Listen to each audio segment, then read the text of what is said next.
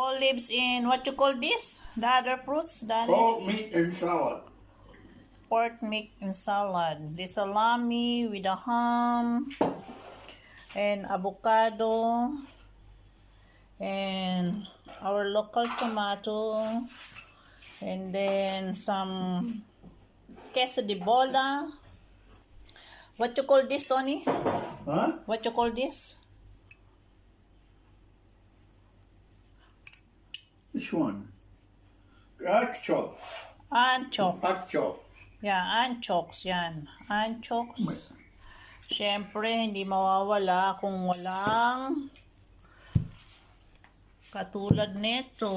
Dapat may ganyan. So, yan. Kompleto na ang aming pagkain para sa ngayon. Ang aming lunch. Simpleng lunch.